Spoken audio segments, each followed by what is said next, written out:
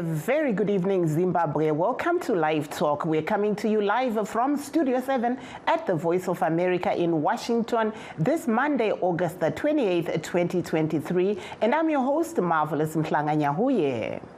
Addressing journalists in Harare, the head of the Zimbabwe Electoral Commission, Justice Priscilla Chigumba, informed the nation on Saturday that the incumbent President Emmerson Mnangagwa was re-elected after garnering 52.6% of the vote, beating Nelson Chamisa of the Citizens Coalition for Change by 8.6%.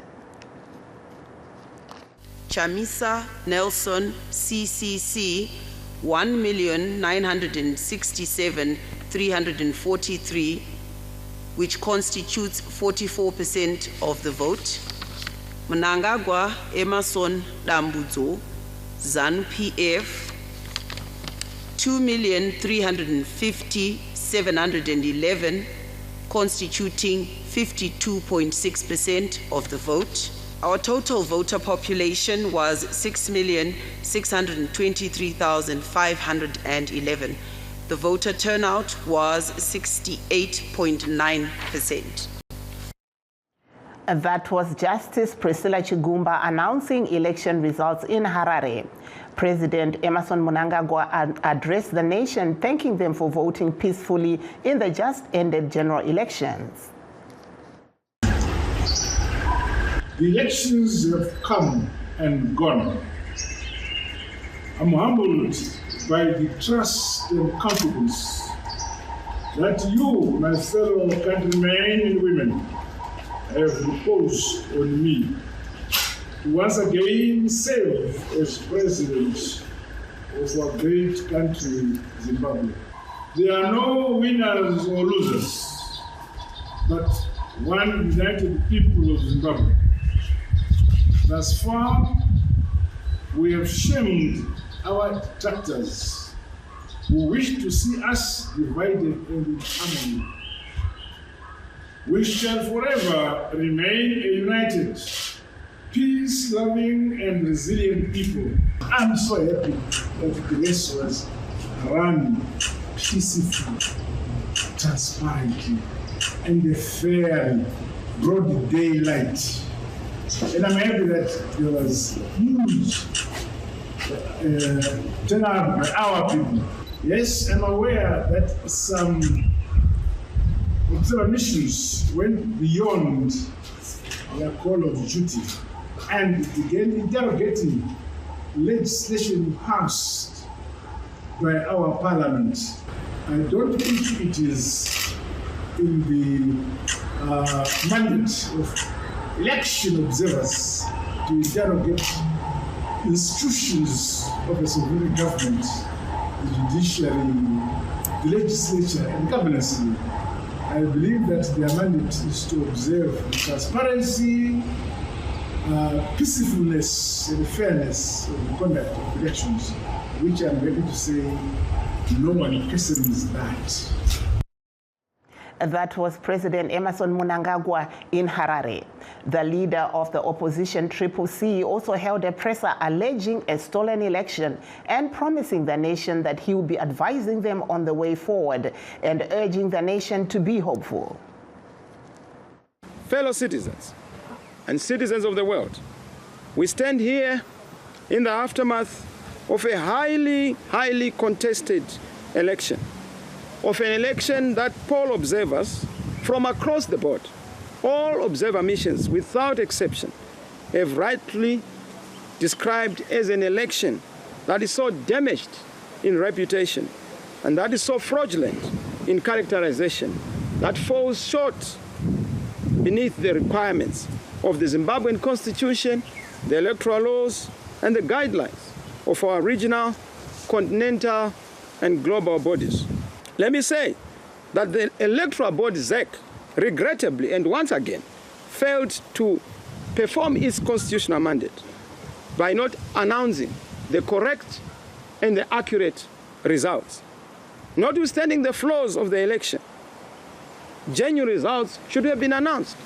And we have the genuine result because we are working on the V11. It is clear that we are rejecting the election as a sham. the result.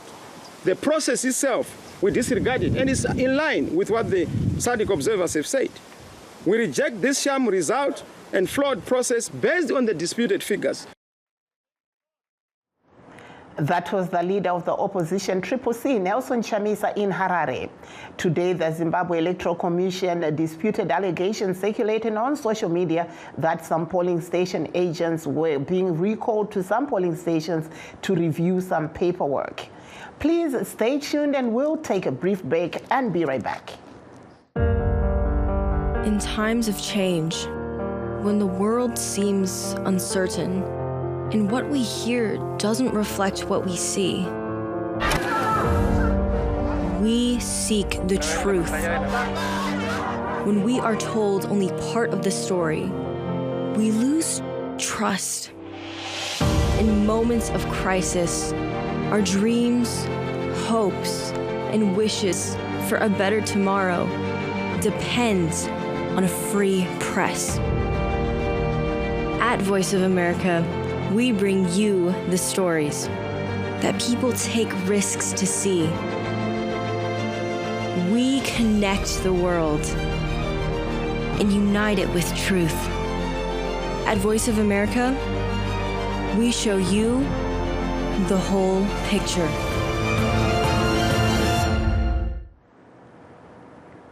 For those that have just joined us, please note that we are streaming live on all our Facebook pages, VOA Shona, VOA Studio 7, and VOA Ndebele. And we're also live on YouTube at VOA Zimbabwe. And to discuss Zimbabwe's way forward, we are joined by former Cabinet Minister, Mr. Xavier Kasukuwere, joining us via Zoom. We also have Dr. Chipo Dendere and Dr. Elliot Masocha. I will start by you, Mr. Kasukuwere. Are you happy with what was announced by ZEC?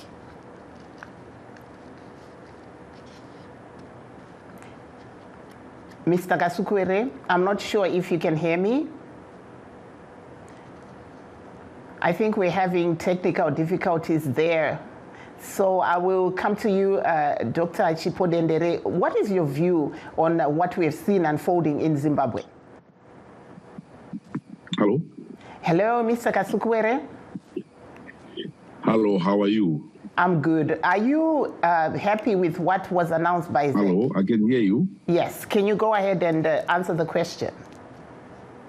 Sorry, yes, I didn't hear your first part. Please, if you can take it again. Okay, my question was, are you happy with what was announced by ZEC?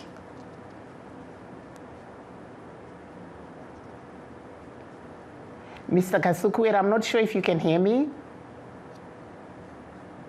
I think, let me move over to Chipo Dendere. Dr. Chipo Dendere, please just come in while we're trying to sort out a technical issue.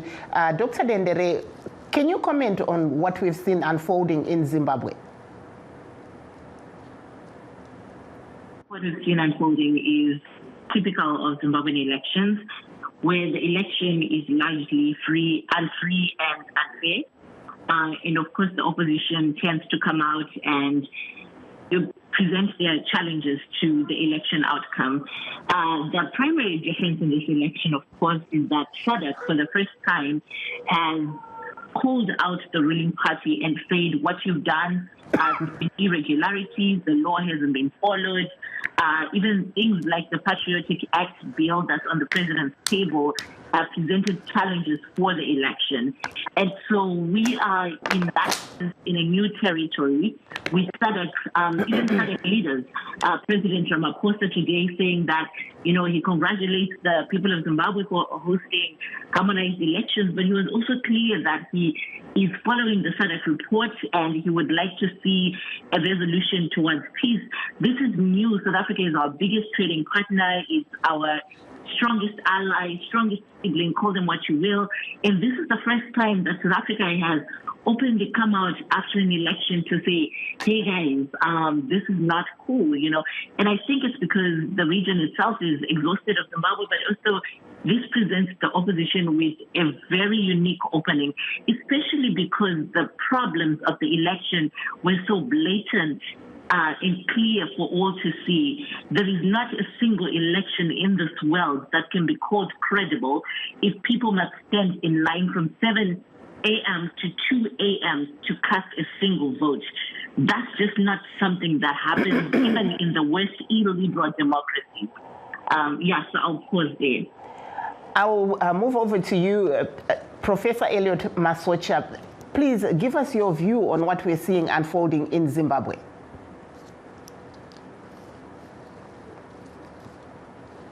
Professor Masocha, if you can hear me. Hello? Professor Elliot Masocha, I'm not sure if you can hear me. Yes, I can hear you. Yes, go ahead, please. Give us your view on what we're seeing unfolding in Zimbabwe. Well, what I'm seeing happening in Zimbabwe, I think it's a lack of understanding that elections are basically won before the election day. Numbers don't lie, right? If I'm going to look at the numbers of people who are attending rallies, as a political analyst, I can tell you who was going to win and who was not going to win.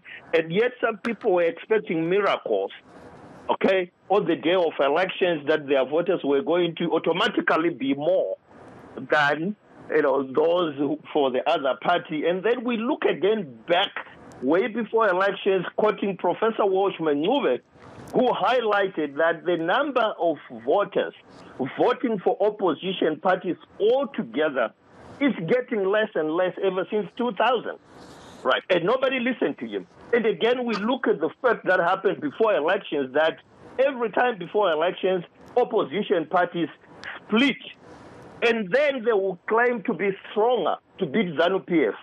Can anybody who is reasonable tell me how that can happen?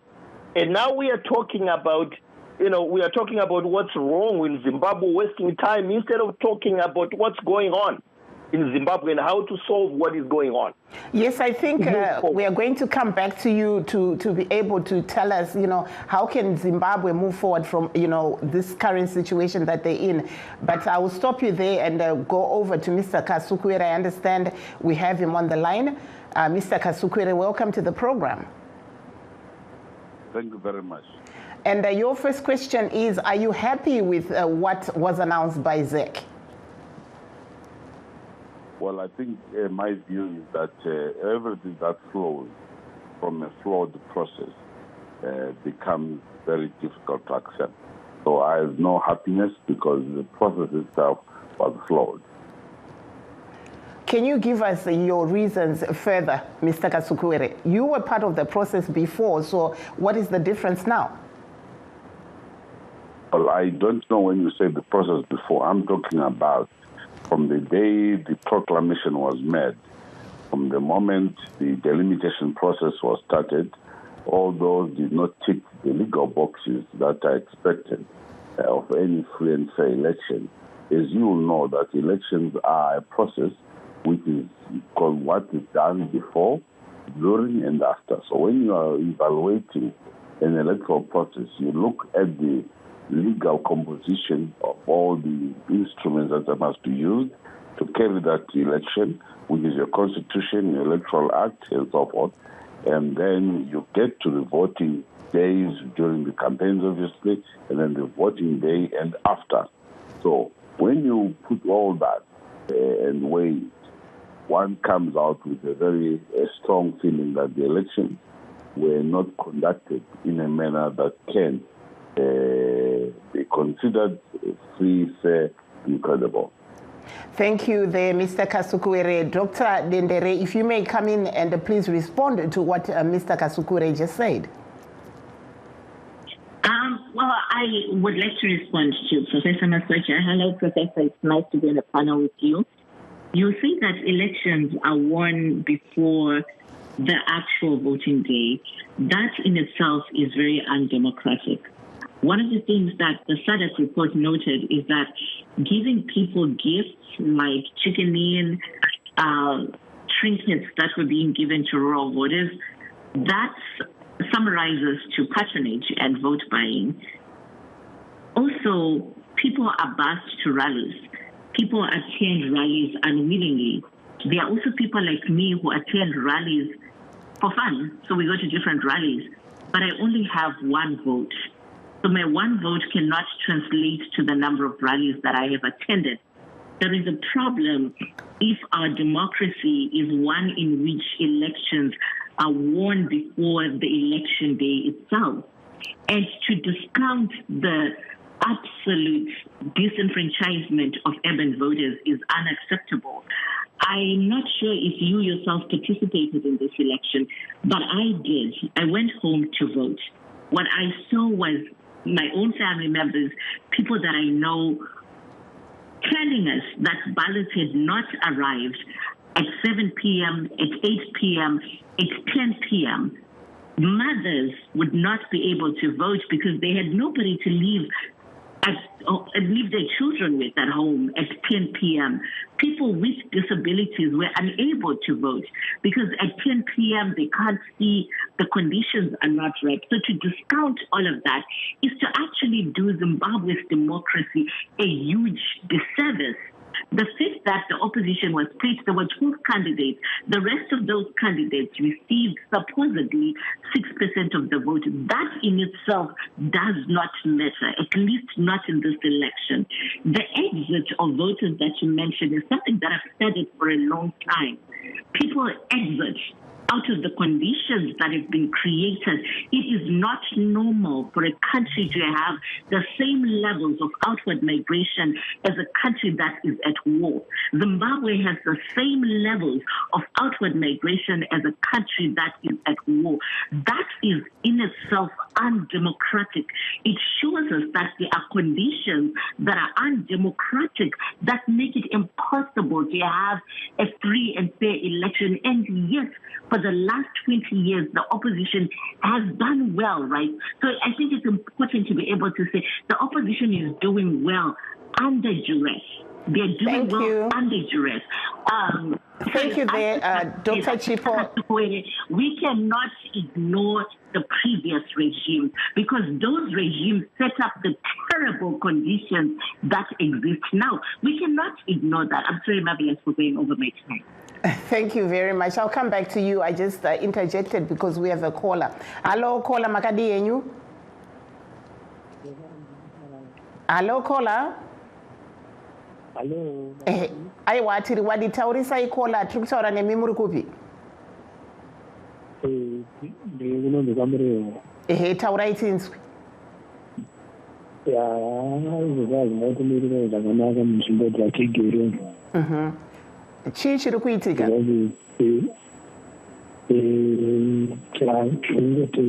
Teveredzwa zvakazvo tiitikire mumakomo so nekuda kwekuti tiri musangano usina kuzviovisa saka taakugara tiri parumana nzombe. Mungaziva here kuti ndianani vari kukuteerai? Handikwanisi kuvataura nekuti ndiri kuona kuti vanenge vakatungamirirwa nevamwe vemumusha asi vamwe vacho vanenge vena vasivaziva. Asi mungati ndeve mamwe mapato here kana kuti? Ndinoziva mumwe wacho kandiye mukuru wenaite izanda. Makwanisa here kuti muende kumapurisa muchinotaura izvi? Kumapurisa kwacho katisati kasvika achikonzerese izvezvizvi kubva patakazikana kutanga kusvagona kangokuofa aka ndinotogarawo amoaaasingafaniri kudziita panguva inoki saka ndinaakuneka ndikufungirana naye kumba kunozosvipakamira sei kana kwasviba kudai kunyanya tinotobva pangwa. Aiwa, tinotenda kola mugare. Hello, sorry, I think the line is cut off somehow, but thank you, the caller. I'll come back to you, Professor Masocha, to respond to what Dr. Dendere was saying before I go over to you, Mr. Kasukwere. I wonder why Dr. Dendere is ignoring the fact that the opposition parties always split towards the elections and then lie to people that they are stronger to beat ZANU-PF. How can that happen, Dr. Dendere, to see strength in splitting? That's number one. Number two, why is Professor Nguve's tabulation of numbers of people who are voting for opposition parties put together ever since 2000, getting less and less. Why is that being ignored? And again, looking at democracy, I don't know whether to understand that democracy is so much complicated and different. In African politics that I studied, democracy, African politics, democracy is totally different from maybe the Western democracy we may want to compare with. If you don't give your people something to eat, following the African saying that you are not going to get their votes in most cases. So let's understand what African democracy is, what Zimbabwean democracy is. Ever since 1980, I think we've matured enough to know what the electorate wants. They don't want parties to split, okay? They don't want that. They want to be fed and given goodies, and we can't take that away from them because they're the ones who vote for us. So that's my response to her. Let's build, opposition parties that are united and strong before we claim to win without all 12,000 V11s in our hands showing us that. I was in Zimbabwe from May 22 to August 4th, okay, and I saw what I saw and interpreted what I have told you before, that numbers don't lie. Whether people were bused or forced, well, but the numbers told us who was going to win and who was not going to win. Whether it was fair or not, that's not up to me to say. Thank you there. I'll come to Mr. Kasukuwere. What is your take on what Dr. Dendere just said? And also, following that, if you can give us what you think is the way forward for Zimbabwe. Well, I've been listening. Unfortunately, I joined the discussion a lot late. But however, my take is that I think we're in the throes of a crisis as a people and as a country. Whilst we can argue about the pros and cons, whilst we can argue whether this party is big or small, the question that is really on the table is how do we bring about a new dawn for our people and our country. It appears the fight is about positions and just being in charge. But as you would see in the past, this election, the lack of preparation by political parties, no manifestos, they did not have a plan. They just wanted to be voted into the offices. I think this speaks volumes to the type of politics for a democracy we have in our country. And hence, we are now being challenged, especially around the respect of our own constitution. As we headed towards the election, a number of laws and regulations were promulgated, were put up by the state, which is a net effect of weakening the competition. And in my particular case, when you then have somebody from the ruling party challenging you from standing as a member of the presidential candidate on the basis that they've been outside the country for 18 months. And this application is placed before a wrong court in our view, which was the High Court, yet it should have gone before the Electoral Court, and the decision is met. And you actually can tell how hard the judicial officers are in terms of the level of capture, that they have to be looking behind their shoulders to see if whatever they are doing is okay.